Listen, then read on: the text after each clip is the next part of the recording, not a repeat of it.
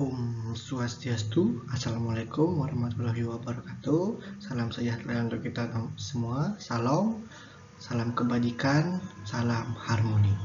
Baik, di sini saya perkenalkan, nama saya Koma Arina Ajo Saputra. Jadi di sini kita akan membahas materi pertemuan 13 dan ke-14.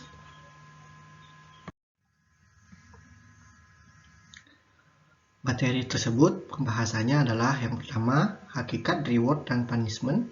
Untuk yang kedua, keunggulan dan kelemahan pelaksanaan reward dan punishment dalam perkembangan individu. Yang ketiga, memformulasikan pelaksanaan reward dan punishment sesuai dengan undang-undang anti kekerasan pada anak dan pengaruhnya dalam perkembangan individu.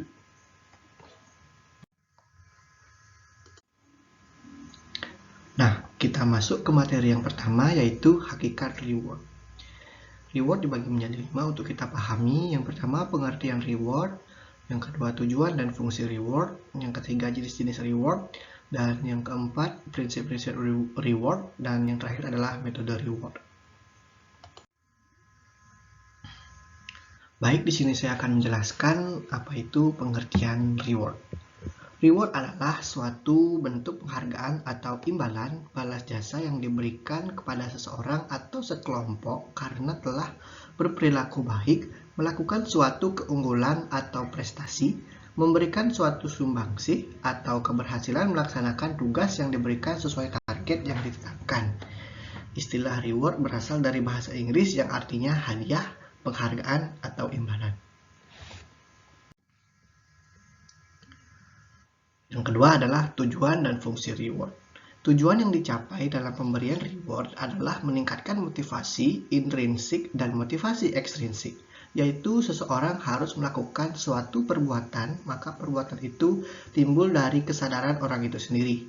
Pemberian reward diharapkan dapat membangun suatu hubungan yang positif antara atasan dengan bawahan atau guru dengan murid, karena reward adalah bagian dari rasa sayang kepada sesama. Yang ketiga, ada jenis-jenis reward. Pemberian penghargaan dapat dilakukan dengan berbagai cara dan sesuai kesempatan yang ada.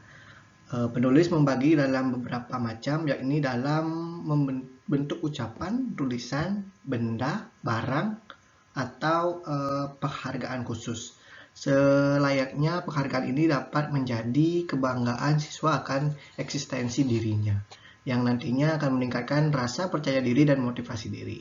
Nah, reward ada 3 jenis reward dan penghargaan menurut Omar Hamalik, yaitu yang pertama, prize atau pujian, yang kedua, penghargaan berupa tulisan, dan yang ketiga adalah penghargaan berupa barang atau benda.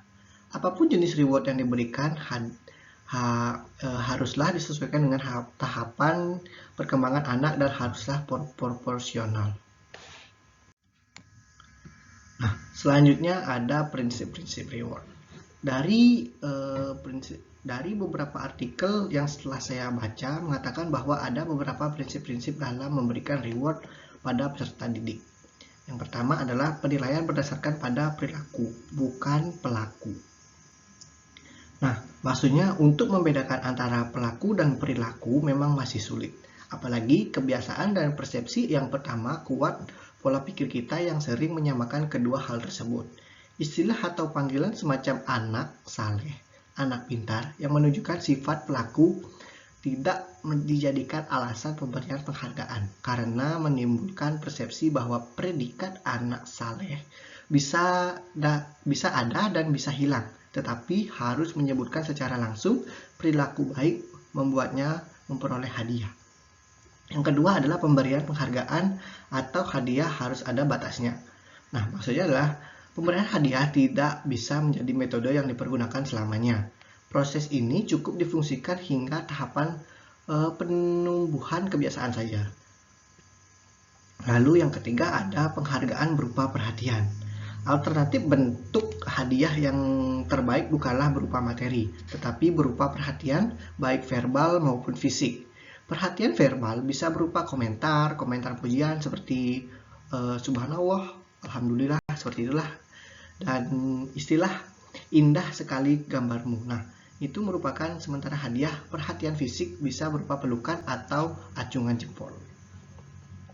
Dan yang keempat adalah dimusyawarahkan kesepakatannya. Nah, setiap anak yang ditanya tentang hadiah apa yang diinginkan, sudah pasti akan menyebutkan barang-barang yang ia sukai. Maka disinilah dituntut kepandaian dan kesabaran seorang guru atau orang tua untuk mendialogkan dan memberikan perhatian secara detail sesuai tahapan kemampuan berpikir anak, bahwa tidak semua keinginan kita dapat terpenuhi. Nah, yang terakhir adalah distandarkan pada proses bukan hasil. Banyak orang lupa bahwa proses jauh lebih penting daripada hasil.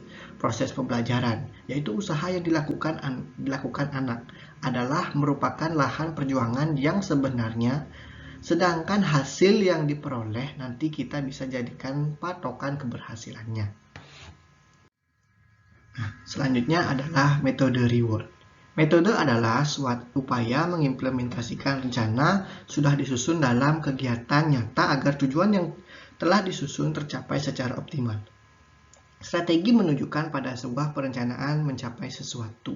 Sedangkan metode adalah cara yang dapat digunakan untuk melaksanakan suatu strategi. Sedangkan metode pembelajaran dapat diartikan sebagai cara yang digunakan oleh guru untuk mengimplementasikan rencana yang sudah disusun dalam bentuk kegiatan nyata. Untuk mencapai hasil pembelajaran yang maksimal, diperlukan strategi pembelajaran yang tepat. Pada saat menetapkan strategi yang digunakan, guru harus cermat memilih dan menetapkan metode yang sesuai. Baik, selanjutnya kita akan beralih ke hakikat punishment. Punishment agar mudah dimengerti kita bagi menjadi 6, yaitu pengertian punishment, tujuan punishment, jenis-jenis punishment, bentuk punishment, prinsip-prinsip punishment, dan fungsi punishment. Pengertian punishment. Punishment atau hukuman adalah suatu bentuk prosedur atau tindakan yang diberikan kepada individu atau kelompok atas kesalahan, pelanggaran atau kejahatan yang telah dilakukan dalam bentuk reinforcement negatif atau penderitaan dalam rangka pembinaan dan perbaikan tingkah laku sehingga tidak terulang kembali di kemudian hari. Melalui punishment diharapkan seseorang atau kelompok yang melakukan kesalahan dapat menyadari perbuatannya sehingga menjadi lebih berhati-hati dalam mengembalikan sebuah tindakan.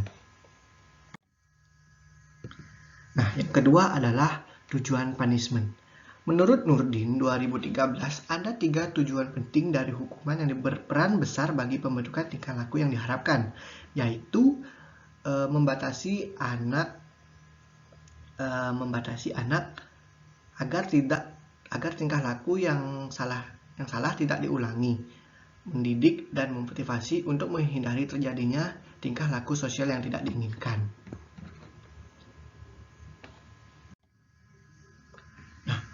Yang ketiga ada jenis-jenis punishment. Menurut Purwanto, berdasarkan fungsinya, hukuman atau punishment dibagi menjadi 2 jenis, yaitu hukuman preventif dan hukuman represif. Hukuman preventif yaitu hukuman yang dilakukan dengan maksud agar tidak atau jangan terjadi pelanggaran. Hukuman ini bermaksud untuk mencegah jangan sampai terjadi pelanggaran, sehingga hukuman ini dilakukan sebelum pelanggaran itu dilakukan. Yang kedua, hukuman represif, yaitu hukuman yang dilakukan karena adanya pelanggaran. Hukuman ini dilakukan setelah terjadi pelanggaran atau kesalahan. Nah, kita masuk ke materi yang keempat, yaitu bentuk punishment. Bentuk hukuman yang diberikan dalam pembelajaran menurut A.G. Sujono adalah sebagai berikut. Yang pertama bentuk isyarat, yang kedua bentuk kata, yang ketiga adalah bentuk perbuatan. Bentuk isyarat yaitu usaha pembetulan kita dilakukan dalam bentuk isyarat muka dan isyarat anggota badan lainnya. Contoh saat guru masuk ke kelas dan kelas dalam keadaan kotor, maka guru bisa memberikan punishment isyarat dengan cara tidak masuk ke dalam kelas sambil berdiri di depan pintu menatap lantai yang berserakan dengan sampah. Nah, bentuk yang kedua adalah bentuk kata.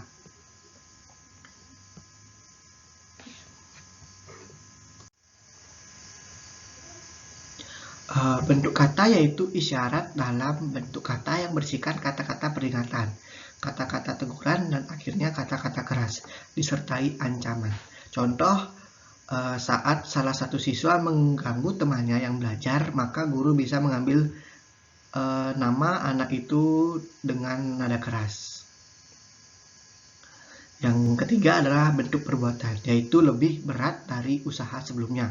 Pendidik menerapkan pada anak didiknya yang berbuat salah suatu perbuatan yang tidak menyenangkan baginya, atau ia menghalang-halangi anak didik berbuat sesuatu yang menjadi kesenangannya. Contohnya, saat ada siswa tetap saja tidak merubah kebiasaan buruknya untuk mengganggu teman-teman kelasnya, maka guru bisa menyuruhnya membersihkan kelas sebagai bentuk hukuman. Nah, untuk yang kelima adalah prinsip punishment. Menurut M. Gillingfield, dibaca dalam Compri 2016, dalam memberikan suatu hukuman atau punishment, hendaknya berpedoman pada prinsip punitur quia peccatum est, yang artinya dihukum karena telah bersalah, serta punitur ne peccatum, yang artinya hukum tidak lagi berbuat kesalahan. Nah, yang terakhir kita masuk ke fungsi punishment. Fungsi diterapkan punishment atau hukuman adalah sebagai alat pendidikan terhadap seseorang sebagai pelaku pelanggar agar tidak mengulangi kesalahannya lagi dan menghalangi untuk melakukan tindakan pelanggaran. Hukuman yang dilakukan sebagai bentuk motivasi untuk menghindari perilaku atau sikap yang melanggar peraturan. Nah, selanjutnya kita akan masuk ke unggulan reward. Yang pertama adalah memberikan pengaruh cukup besar terhadap jiwa seseorang untuk melakukan perbuatan positif dan bersikap progresif. Dan yang kedua adalah dapat menjadi pendorong bagi seseorang untuk mengikuti orang lain yang telah memperoleh reward. Nah, dari keunggulan reward terdapat juga kekurangan reward. Yang pertama, dapat menimbulkan dampak negatif jika seseorang pendidik melakukan secara berlebihan. Yang kedua, umumnya hadiah membutuhkan alat tertentu.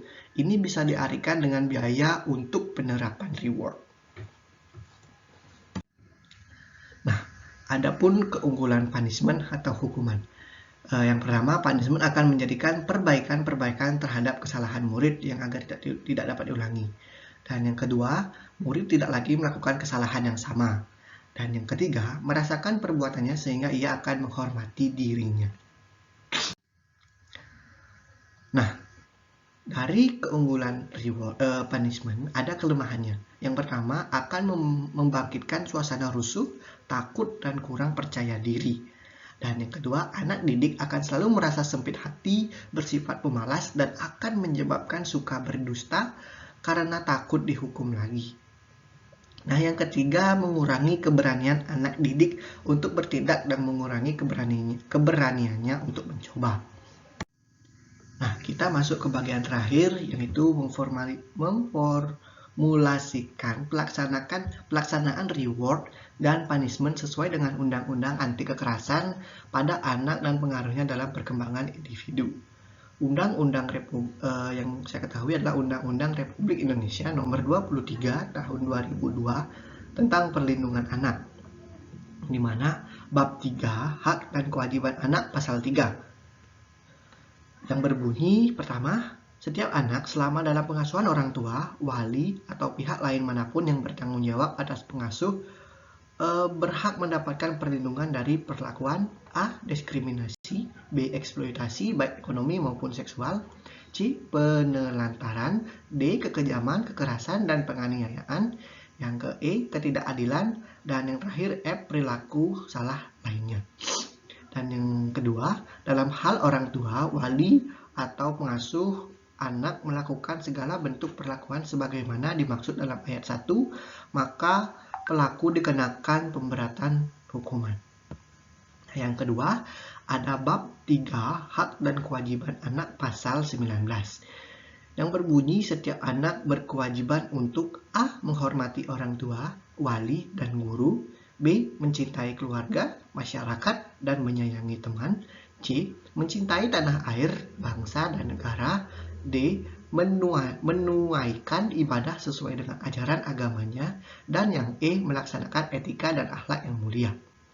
Nah, pada bagian terakhir ada bab ke